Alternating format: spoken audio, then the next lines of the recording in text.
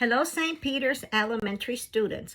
My name is Mrs. Coleman, and I am going to be reading Chapter 7 out of the book, Mouse and the Motorcycle. The Vacuum Cleaner. From his position under the bed, Ralph watched the tank of the vacuum cleaner being dragged in from the hall, and listened to the clash and the clang of the attachment as the maid connected a long metal tube to the nozzle at the end of the hose and fastened a carpet cleaning part to the end of the tube. He heard her humming to herself as she plugged in the deadly machine and began to work back and forth across the carpet. It's nice she's so happy, thought Ralph bitterly, as he watched the hungry machine devour dust and lint that laid in his path. The maid's feet in white sneakers moved across the room until, without bothering to bend down to see where she was cleaning, she shoved the attachment under the bed. It slid closer and closer to Ralph. To be on the safe side, he pushed the motorcycle further from the reach of the machine, but he dared not take his eyes off the attachment for even an instant. He shuddered as he watched it gobble up dust mice, but even as he shuddered, he was fascinated by the power of the motor. The maid began to sing. I'll give to you a paper of pins, for that's the way my love begins. The attachment fell off the end of the long tube, but the maid, whose thoughts were elsewhere, did not notice. Now Ralph can feel the machine suck in its breath and knew he was in danger of being inhaled along with the dust mice. Recklessly, the maid pushed the open end of the tube back and forth any old way.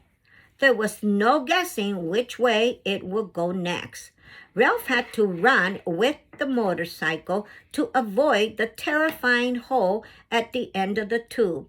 He ran to the right, he ran to the left, and still the maid pushed the tube around, unaware that the attachment had fallen off. Suddenly, the maid threw down the tube, but did not turn off the motor. The tube landed with a bump and a bounce, and before Ralph realized what was happening, the awful machine had inhaled his tail, and he felt himself being pulled by the suction across the carpet. Help! He could not keep from squeaking, but no one heard him above the roar of the machine. He just managed to catch the rear wheel of the motorcycle as he was sucked along the carpet. He hung on with all his strength. The machine, which was strong enough to suck up a mouse, was not strong enough to suck up a mouse and a motorcycle. Ralph lay there on his stomach, hanging on for dear life and feeling his whiskers and fur sweat back towards the machine. From his position on his stomach, Ralph could see the girl standing in front of the dresser. She was smiling at herself in the mirror and arranging her hair, dreaming no doubt of the busboy, Ralph despaired. There was no telling how long she would stand there in that silly way, with the vacuum cleaner motor making so much noise. The housekeeper was sure to think she was busy working. Ralph felt his paws beginning to slip. He did not know how much longer he could hold on against the machine. He had to think of something and think of it fast. With every bit of strength he had left in his body, he clung to the wheels of the motorcycle with his left paw while he moved his right paw up to the exhaust pipe. If he could just manage to pull himself along until he could get onto the motorcycle.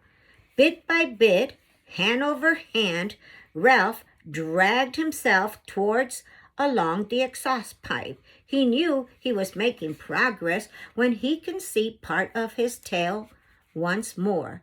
He reached back and yanked his tail out of the tube only to have it sucked in again. Ralph was far from being out of danger. I'll give to you the keys to my heart, the maid sang to herself before the mirror, now pulling her hair behind her ears, now piling it on top of her head, oblivious to the desperate struggle under the bed. Once Ralph's paw slipped from the exhaust pipe, and he thought he was a goner until he caught the rear wheel in time to save himself. Slowly he moved forward until his entire tail was free. Things were easier when he could brace his hind foot against the spokes of the rear wheel. Slowly he rose, clinging to the machine until unable to grasp the hand grips and throw his leg over the seat. Ralph felt considerably safe sitting on the motorcycle and very much pleased with himself for having to outwitted the vacuum cleaner. He was quite sure by now that the maid would never bother to look under the bed.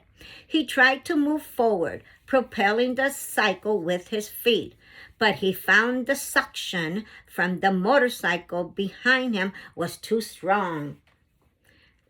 With his feet, but he found the suction of the motorcycle behind him was too strong. This made him wonder if the motorcycle on Key's cycle was stronger than the pull of the machine behind him. The more Ralph thought about it, the more important it seemed to him to find out. No, I won't. Yes, I will, Ralph argued with himself. He had promised not to ride in the daytime. Yes, but Keith did not know he would have a chance to see which was stronger, the motorcycle or the vacuum cleaner. Keith would be interested, wouldn't he? Wouldn't any boy? Riding the motorcycle would not be reckless. It would be an important experiment. Motorcycle versus vacuum cleaner. Which would be the winner? Ralph had to find out. The maid turned abruptly from the mirror. Her feet in sneakers moved across the floor towards the electric outlet. If she disconnected the vacuum cleaner, there would be no experiment. If Ralph was going to pit one motor against the other, he had to do it now. He would never have another chance. Purr! Ralph picked up his tail and started the motor. Without taking time to let it warm up, he gunned it with all his breath he could inhale. The motorcycle got off to a faster start than Ralph expected, so fast that Ralph lost control. He shot out from under the bed, just as the vacuum cleaner died with a long, drawn-out groan.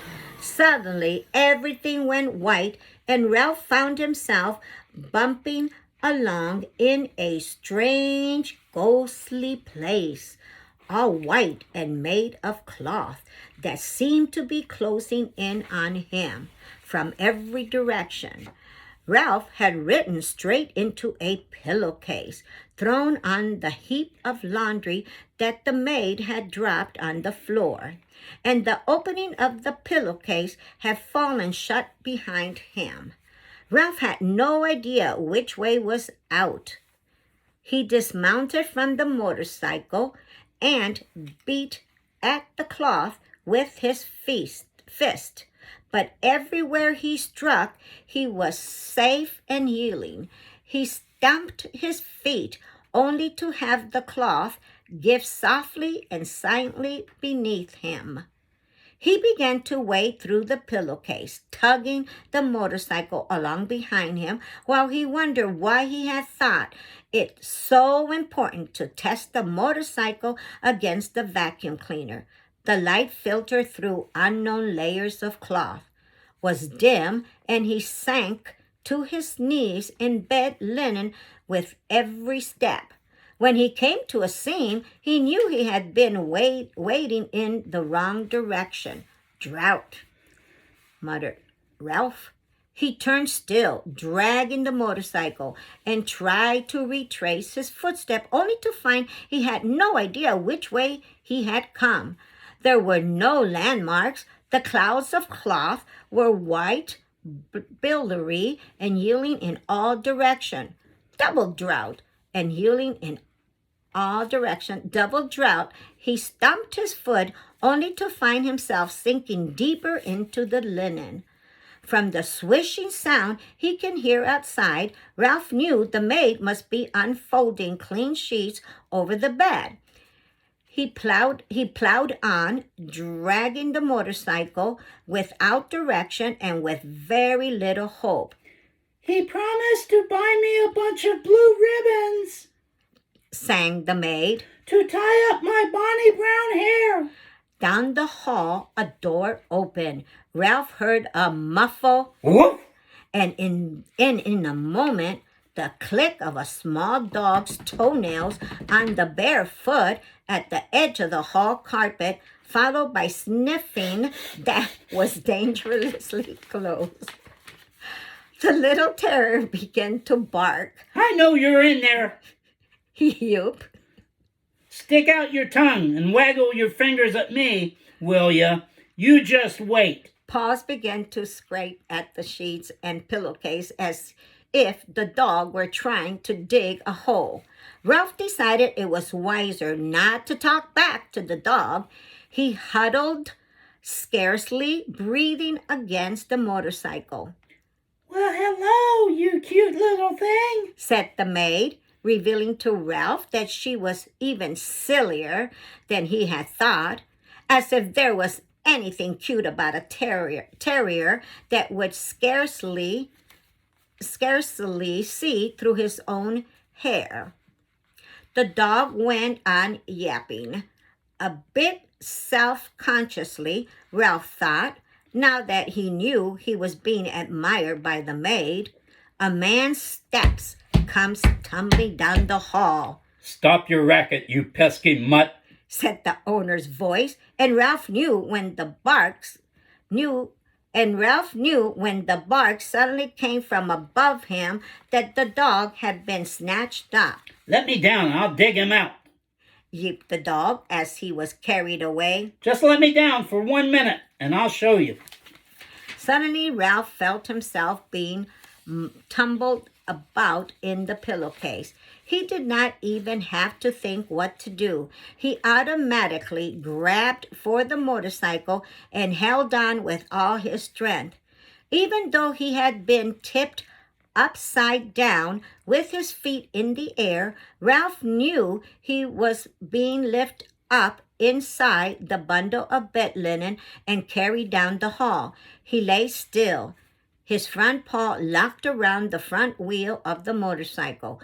Waiting to see what would happen next, the maid walked a short distance to what Ralph judged to be the linen room, and there she dumped her armload of bedding before she went off to clean another room. Ralph was deep in the hamper, where no light filtered through at all. These sheets and pillowcase were on their way to the laundry, and since he had no wish to be laundered any more than he had wished to be thrown out with the trash, there was only one thing for him to do: start chewing. Ralph ripped into the pillowcase with his sharp teeth, and in no time he had made a ragged hole, which he crawled through. When he tried to pull the motorcycle after him, he discovered the hole was too small. He had to stop and chew it bigger before he can pull the machine along with him. Ralph chewed through another layer of cloth and then another as he worked his way upward, each time enlarging the hole for the motorcycle. His jaws began to ache, and still another layer of cloth laid ahead. This time, a damp bath towel, which would make slow chewing. Ralph was forced to make a decision. Did he want to save his life? Or did he want to be carried off to the laundry with the motorcycle? There was only one answer. He wanted to save his life. He must abandon the motorcycle.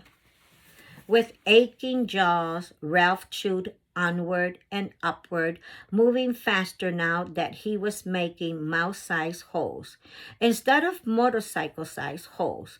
The bath towel had left an unpleasant furry taste in his mouth.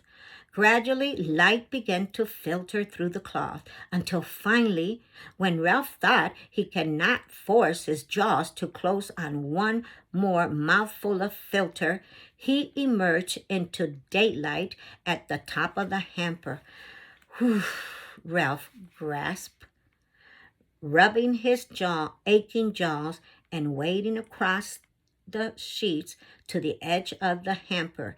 He leaped lightly to the floor and, hugging the baseboard, secured down the hall to room 215, where he flattened himself and squeezed under the door, safe but exhausted and filled with remorse at the loss of Keith's motorcycle. Ralph dragged himself off to the mouse hole to catch up on the sleep he should have had that day. Adios.